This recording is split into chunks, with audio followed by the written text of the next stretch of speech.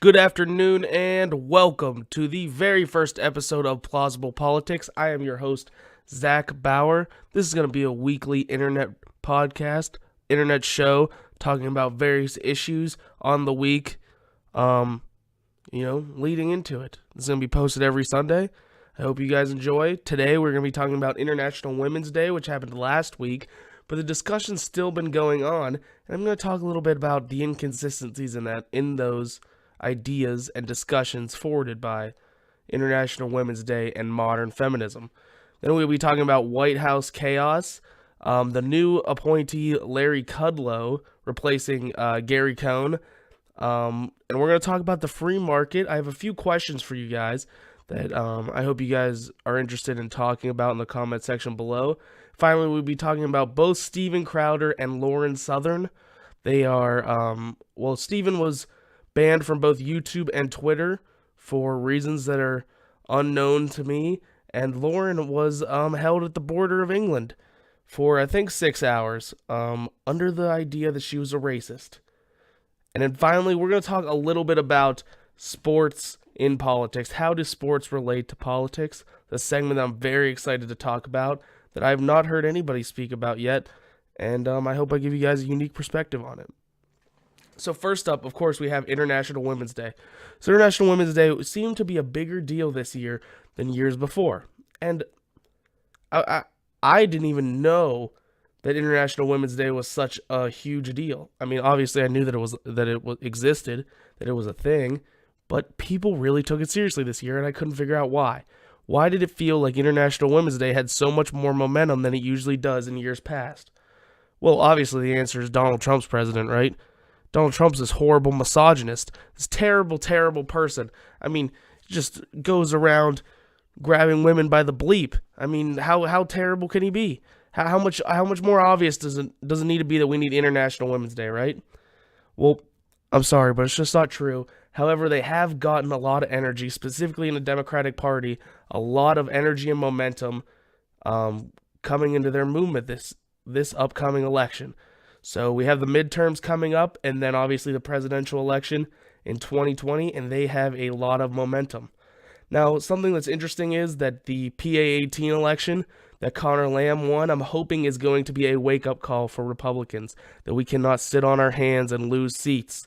They have to go out there and campaign and run actually electable candidates. But if we had to lose one, I'm glad it was to Connor Lamb. He campaigned as a fake Republican. He's closer to a Jeff Flake than he is to a Nancy Pelosi. So that's not the best thing that we could have hoped for. But if we're going to lose one, if we're going to need a wake-up call for the Republican Party, I'm glad that it was losing that. It was losing this election. And I live in Pennsylvania, so it really was important for me. But, so International Women's Day, they have all this energy this year, and they're still talking about the same untrue facts. You know, I was having a conversation with a few people about International Women's Day, and you know, what would it look like? We asked this question: what would it look like for a world of total equality? What would it look like for equality for women? Do women want to be men? Do they want to be exactly like men? I hope not. That'd be terrible. We don't want women to be exactly like men, and I don't want men to be exactly like women. Men and women are instinctually different. They are inseparably different, and the world is better off for it.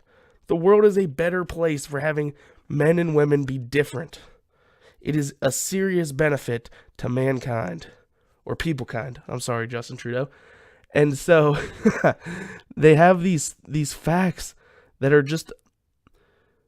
They have these ideas that are just not true, and I don't think that they understand how truly undesirable they are. And so one equality brought up often is the pay gap. We hear this a lot. It was, talked about by President Obama, even though it has no factual basis, because it was done on a study, based on a study that compared earnings of men and women. It didn't compare jobs, region, hours worked, overtime, anything like that. Just the total amount of earnings. And of course, women came up with 77% of the earnings that men did. So obviously it's because they're women, right? That's the only answer. I mean, come on. Women work just as hard as men. They are just as educated as men. Now, of course, there are women who are just as educated men and not only work as hard, but work harder than men. I've seen it. But women on average do not make the choices that benefit their career that men do. And this is what I was talking about, that the world is better off for it. The world is better off that we have mothers who want to stay home and raise their kids, that want to raise the next generation of children. The world is so important for the next generation. And in my opinion, I don't think that there's any extreme need for a mother to stay home. So some women do stay home totally. Now, what women actually see the most suffering in careers is when they take maternity leave or when they take time off to be with their children. It's much more common for a woman to take the day off if their child is sick than it is for the father to take the day off when the child is sick. And so you're going to see an earnings gap. It's true. But when you take a study with so many variables, with overtime, with region, with jobs and hours, and including gender, which is one of those variables, and you narrow it down to just one, you're going to have a huge flaw in your study. It's not going to be trustworthy. It's just not. In fact, there are new studies coming out that when you examine jobs compared, the same job, men and women with relatively the same education background, same hours worked, and the same experience, you're not only seeing the wage gap all but close, but you're in fact seeing an 8% increase in favor of women, not in favor of men. It's not true. So, how is this lie being perpetuated, right? Well, obviously the answer is the media is perpetuating it a little bit. Obama, of course, as I mentioned before, said it. A woman makes 77 cents for every dollar a man makes. And we need to put a stop to that because it is counterintuitive to women actually gaining equality in the workplace. Another thing that would make women earn more money is women on average are not going to go into their boss's office and demand a raise. Men more often will. We are less agreeable.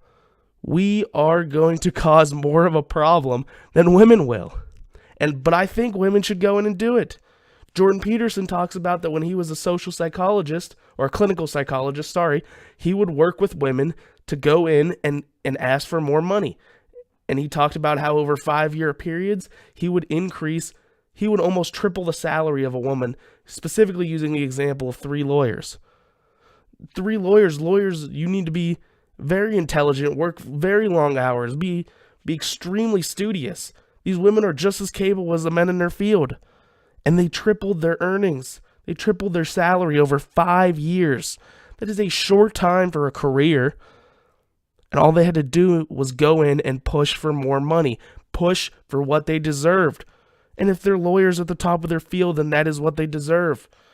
The market's going to set their value very high. And so, another example of women's empowerment that the Women's March and International Women's Day talk about is abortion.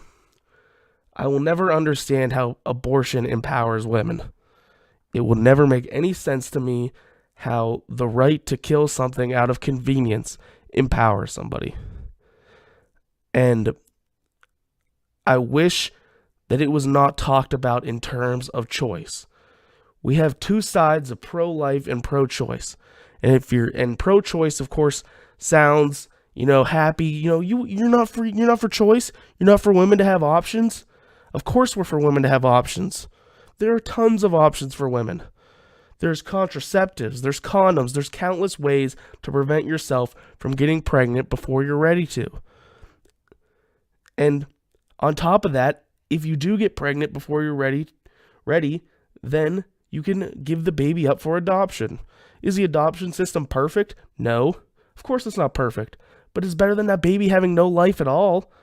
None whatsoever. That baby can go on to be something important. And at the very least, I mean, don't we as a human race have an obligation to protect the most innocent of our kind? There is nothing more innocent than a human infant, than a preborn baby. It boggles the mind how that somehow empowers women. You cannot kill something out of convenience. If it's not convenient for you to put on a condom before you have sex, then it cannot be convenient enough for you to murder the baby just because you're not ready for it. It is not fair for the child. And so this example is always brought up, but what about rape and incest? Zach, what about rape and incest? Well, that makes no sense to me. Well, rape's terrible. Rape is a horrible, tragic thing that happens. There are evil people in the world, and there will always be evil things happening, and one of those will be rape. In my opinion, it is the second worst thing that a human being can do to another human, behind murdering them. But the baby didn't rape anybody. The baby still has a value to its life. The baby still has potential to give to the world, a whole life ahead of itself. And it's the product of a terrible thing, but you cannot make a terrible thing right by doing another terrible thing to another person. That's tragic. And even if we were to give up cases of rape and incest, we said, conservatives gave that up. We said, you know what, you can't abort the baby if it's a result of rape and incest. Well, that would make up the majority of abortions, the far majority of abortions, over 95% of them, are not because of rape or incest or anything of the such. They are voluntary abortions. They're not for women that can't have the baby safely. They're not going to die during pregnancy. These are for women who are not ready to have the child. And that's okay. No one's ever ready to have a child. But it doesn't mean you get to rob the child of its future. It's really tragic. It does not empower women. It doesn't. That's simply a lie. There's no woman that's ever been empowered by the right to murder a child. And so you hear this a lot, right? There's an article over the week, I believe, that said, I'll put it up on a screen right now and leave a link to it in the description. The headline read something like, if my baby had been diagnosed with Down syndrome, I would have aborted it. Women need that right. That is disgusting to say. It truly is. And this woman actually made one good argument in her paper, in her article on this abortion of Down syndrome babies. And she said, how are we going to regulate just the abortion, she said abortion, I call it murder, abortion of babies with Down syndrome, and we won't regulate the abortion of regular normal children?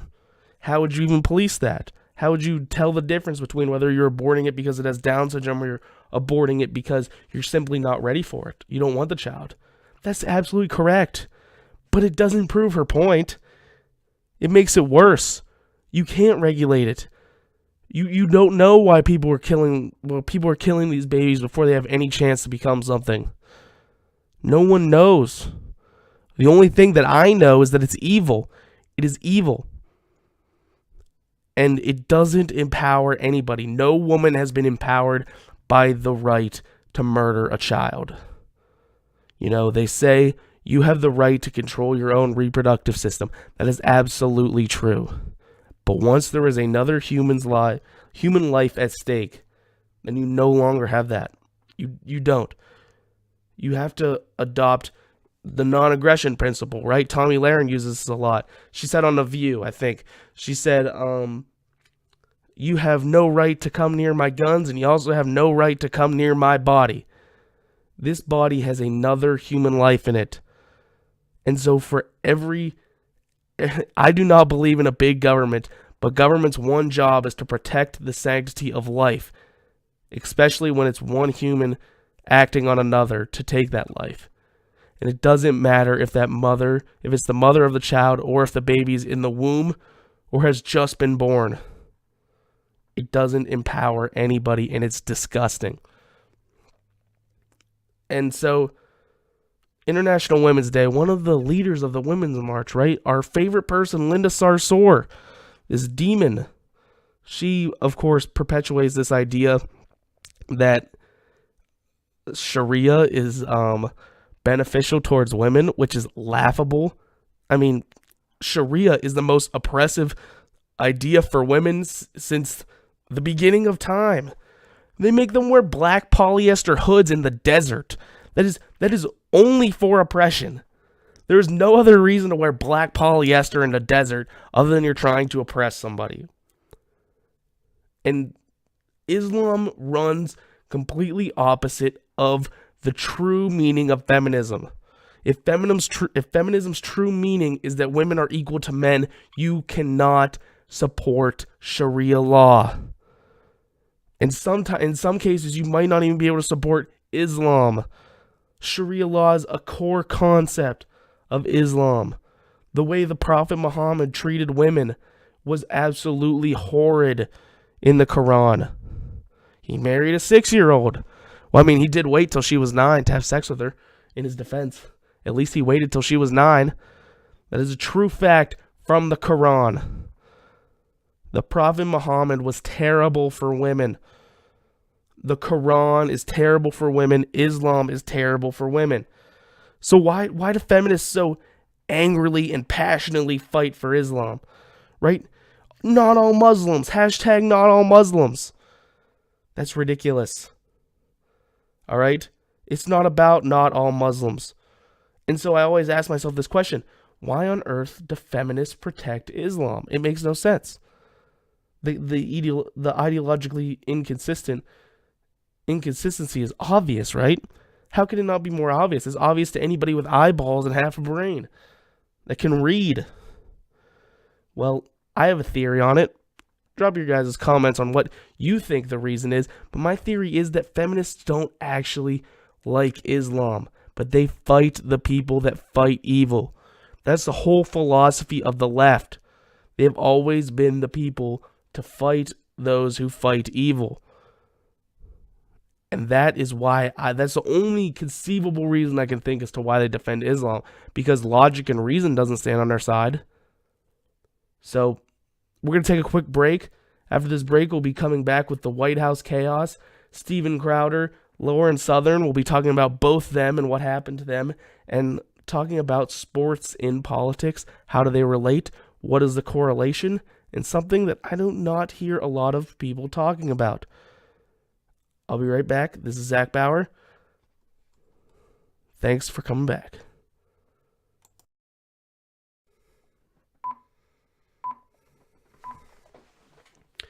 Welcome back.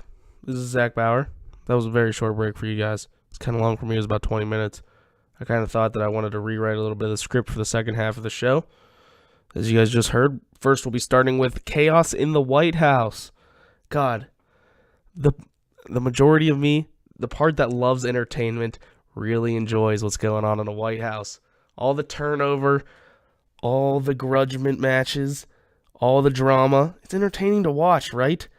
Who's going to get thrown out of the White House next? Is it Steve Bannon? That was a hilarious exit. I laughed. Everyone was talking about Fire and Fury. I was just sitting over here laughing, chuckling. That was embarrassing for Steve Bannon, and it was funny. But you cannot govern from chaos. Excuse me. Trump is going to have to replace these people. And people do not want to have jobs where there's no guarantee that they're going to have salaries for the next 6 months. Everyone in that administration's on edge. How long are they going to stay? How long are we going to be here? Who knows? It could be wild. You know, we could get kicked out. They could be thrown out of the White House immediately. Rex Tillerson got fired in a tweet. That's chaotic. That's embarrassing for Rex Tillerson.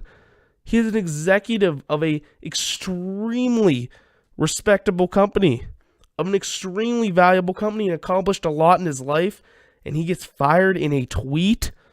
Is it entertaining for me? Yes. I laughed. But that's not what it's about. It's not about entertaining. Trump's going to have problems governing in chaos. And I think that it showed a little bit in PA-18. I talked about it earlier at the beginning of the show. PA-18 showed the flaws in Trumpism.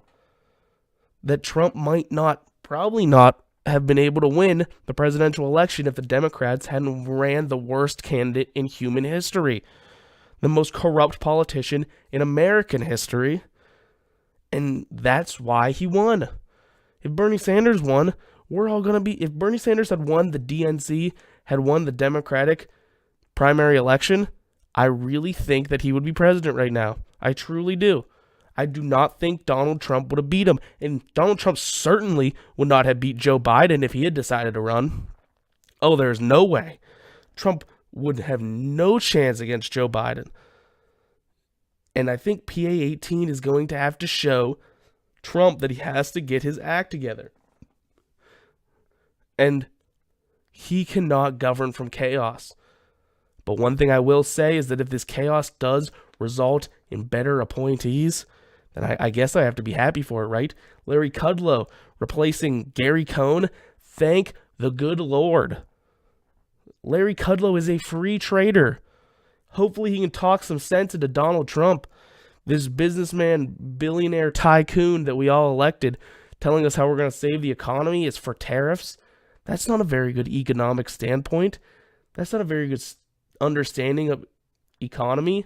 He talks about trade deficits. One of the highest trade surpluses in the world is Venezuela. They're shooting dogs in the streets because they're all starving to death. But hey, at least they have a trade surplus, right? We have a trade deficit, so Venezuela's basically better than we are. That's ridiculous. Now, I was having a conversation with my dad about this, and he talked about how I said the tariffs were going to end up doing more harm than they did good. I talked about how you're benefiting one industry in America at the expense, of all the other industries that rely on steel and aluminum. And he said, well, in his point of view, that other countries were cheating, especially China was cheating. And I didn't understand why, but he explained. He said to me that, you have all these low-wage workers in China. Obviously, they don't have unions, and they do have a form of capitalism in China, but their job quality is terrible, and so they're able to work and produce things for a lot cheaper than you are in America. And he called it cheating. And I originally disagreed, but I started thinking about it. The more I think about it, I still do think that they cheat, but I'm giving my opinion. I do still think that is not cheating. And I'll give my opinion on that in a second, but I want you guys to talk about it. Is cheap labor cheating the free market? How do we expect jobs in America to compete with jobs overseas if jobs overseas are working for 1/10 of the money and no benefits? In America, everybody's unioned. Everybody has a union attorney and union benefits, giving them lots of money, giving them lots of reasons to work, but it does increase the cost, and it therefore sells goods at higher costs. Now, my opinion on why cheap labor isn't cheating is because cheap labor is actually not what's driving jobs out of America in the steel and aluminum industry. What is losing jobs in steel and aluminum is technology. 70% of the steel consumed in America for American products is American steel. That is the same amount that was in 1983, the same amount of steel that we are producing. So why is there so many less jobs? Why do you see this graph of steel and aluminum worker jobs falling off a cliff? Well, that's because of technology. It's not because of cheap labor in China. That's just not true. So tariffs are not going to help technology. They're not going to hurt the technological industry. Technology is going to be fine. The only thing that's going to be different is those workers at the steel plant, after they get off their shift, they're going to have to buy beer for more expensive costs because of the steel and aluminum tariffs. That's why cheap labor, in my opinion, is not cheating, but I would really love to hear discussion about that because it is an interesting point. Now, next, we're going to talk about Steven Crowder. Steven Crowder was banned on Twitter. He was banned on YouTube for Schwencomputer, who's a character in Steven Crowder's podcast show type of thing. And he infiltrated a transgender rally, I think. And he was banned on Twitter and YouTube. That is ridiculous. The leader of Iran has a Twitter account and regularly tweets. One of the most oppressive countries in the world, Iran, especially to women, as I talked about before. And that man isn't violating the user guidelines? Are you kidding me? And Lauren Southern's getting stopped at the border for 6 hours. And she was truly asked if she's an extreme Christian and would like to run over Muslims with cars. How many times has an extreme Christian run over a Muslim with a car? How often does that happen, Great Britain? That is ridiculous. That is ridiculous to even ask. I mean, and to hold her under a racism policy, I think is what it was. This is why I am so thankful to live in America. I am so thankful that we live in a place that free speech is actually guaranteed. There's no other country where it's like that. And free speech is guaranteed by the Second Amendment, not just the First. It's both. It's a combination of both. All other amendments are guaranteed by the Second Amendment. Guns are not meant for hunting. They're meant for defending yourself from a burglar sometimes. But the Second Amendment, in terms of the Constitution, when it was written by the Founding Fathers, was written to protect against the tyranny of government. It's meant to protect civil liberties, not meant to take them away. The NRA is the oldest protector of civil liberties in American history. The NRA is solely responsible for the eradication of the KKK in certain southern villages and towns. The first thing the KKK did to oppress black people after the Civil War and into the Jim Crow era and later on was they disarmed the black population. The NRA went in there and gave them their guns back. That is how you keep your civil liberties, is you have a way to protect yourself. The government has to know that if it tries to overstep its bounds, it has a population that is ready to protect its liberties, its civil freedoms, guaranteed to them in the Constitution, bestowed on them by God. That is why I am such a fan of the Second Amendment, and it drives me crazy when teenagers like David Hogg and Cameron Kasky and all these Parkland kids are talking about how NRA owns the politicians. The closest thing to politicians being owned are by unions. They are not by the NRA. That is ridiculous to even say. The NRA is a lobbying organization. They keep saying that the NRA does this to sell more guns. Do they not have Google? Am I supposed to believe that the internet is not available to them in Parkland, Florida? When they go on Bill Maher, they don't type a little quick Google search before they go out there and spout BS facts.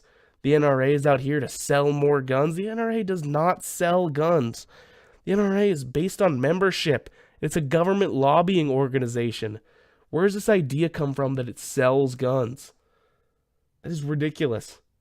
The NRA has protected civil liberties for the longest period of time in American history.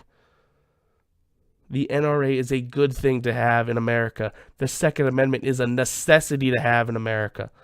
If you want your other amendments, if you want your other civil liberties and freedoms guaranteed, the Second Amendment is what does it. Not the Constitution alone, but the Second Amendment specifically. Now finally, like I said, we're going to talk about sports in politics. So what brings this up to me is March Madness. I love March Madness. I really flake out on a lot of my responsibilities during March Madness.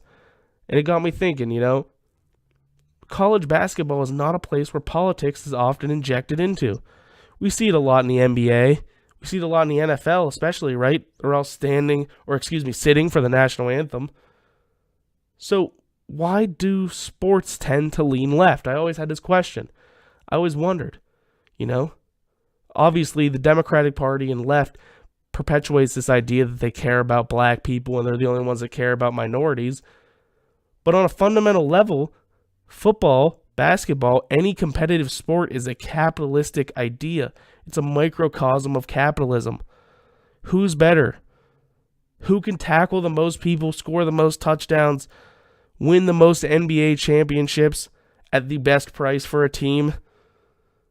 Sports are capitalism. Those are right-wing ideas. They're not left-wing ideas. Left-wing ideas would say anybody can play sports. Anybody can be in the NBA. Literally anybody. Doesn't matter how hard you work. The left would not agree fundamentally with the idea of sports or sporting events, and it blows my mind how I see that sports constantly sway to the left.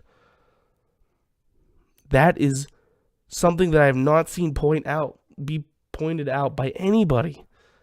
It is so important. Sports are an idea of the right. They are capitalism. Sports are capitalism. They're competition, healthy competition that forces the betterment of people if you want to continue in that world. If you want to be in the NFL, you need to work so hard. It is so impressive how hard people in the NFL work, how tough they are, how hard people in the NBA, hockey, women's sports, men's sports, any Olympic sport, if you get the chance to do a professional sport at that level, you are talented and you are an extremely hard worker.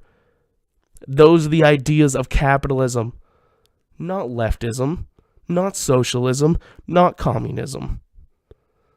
Those run completely counter of those ideas. So that's going to be all for me today. I'm going to post my Twitter down in the description. Please tweet at me. Give me a follow. I am 10 followers away from 500. So that'd be a delight to get. Tweet at me. Follow me. It'll be in the description. I'll put it up on the screen right now. Use the comment section below to debate. You can tweet at me debates.